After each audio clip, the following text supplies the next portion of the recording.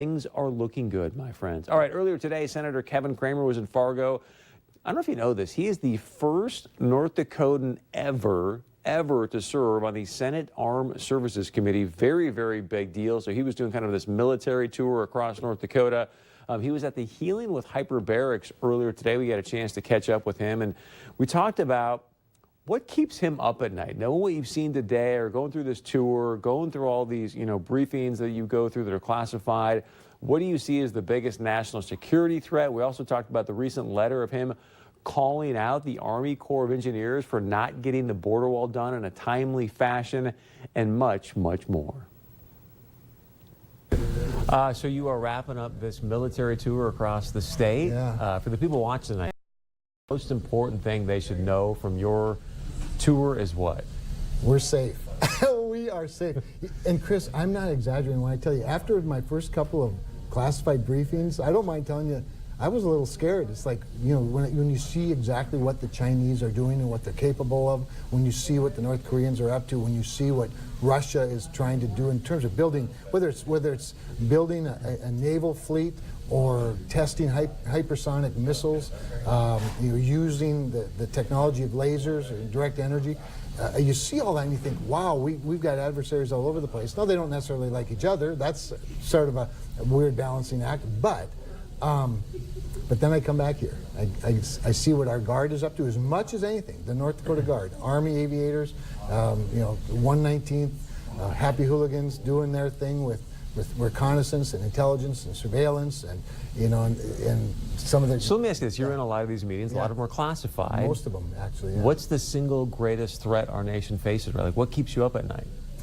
That is a great question, Chris. What keeps me up a little bit, frankly, is that I don't know that we as a country have the level of commitment and conviction that we once had about war fighting. Why is that? What's because we just dumped $700 billion in that budget. That's got to show some level of commitment. Oh, don't get me wrong. Congress has a commitment to it. I think what I worry about, here's what I worry about. What I worry about is when I see what our adversaries are investing. I mean, when you think of China, going toward not dozens but hundreds, a navy of hundreds of ships, and building their own, these islands in the South China Sea, testing these hypersonic missiles that we invented. You see a conviction and a commitment, not just to defense, but to offense, to preservation and even the growth of autocratic forms of government. That's what scares me. So with that being said, is it appropriate then, what President Trump is saying is, hey, it's time for us to be the policeman of the world because we're spending so many resources trying to be that now we're missing on the offensive aspect. You raise a very important point. And let's face it, for policymakers, it's always about prioritization. And so can we fight multiple wars on multiple fronts? Can we afford to be the policeman of the world? Clearly not. So then you have to prioritize. But you don't prioritize necessarily at the complete expense of other regions. That's why, for example, withdrawal from Syria. That's one of the hot topics of the day. We all know that. We know the president's committed to doing that. How he does that is important. And that's why it's kind of, in a way, and I hope people find some comfort in this, in recent news stories about how our allied forces, the Syrian Democratic forces, how they're extracting ISIS in those last few areas. That's not without our assistance, our aid, our training, our political commitment, but it's all at the same time as we're withdrawing our boots on the ground. You can only have so many resources in so many places. So you can't just abandon every mission, but you do have to prioritize, and that's what we So what's fascinating to me is when I ask you what's the greatest threat, you didn't mention anything about North Korea. Yeah. President Trump's got this summit coming up next week.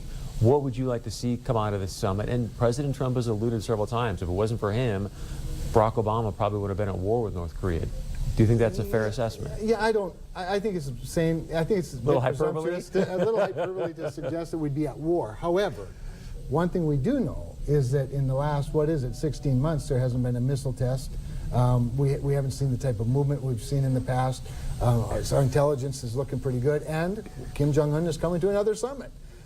That's to be celebrated, but you also can't take your foot off the accelerator just yet. So Yes, North Korea is one of the threats. Iran certainly continues to be a threat, particularly as we withdraw from Syria. That land bridge between Iran and Israel is no small matter. And what I worry about, Chris, as much as anything in a lot of this, it's not just whether you have the best weapon systems or the most ready forces. We have by far the best. We're still number one. But do we have the will? And are we intervening appropriately with soft diplomacy and things? This is in the other area where I worry about China's influence. Everywhere there's a gap. So Venezuela, are we making the right chess moves? Well, I think we're doing very well in Venezuela. Okay. I think we are.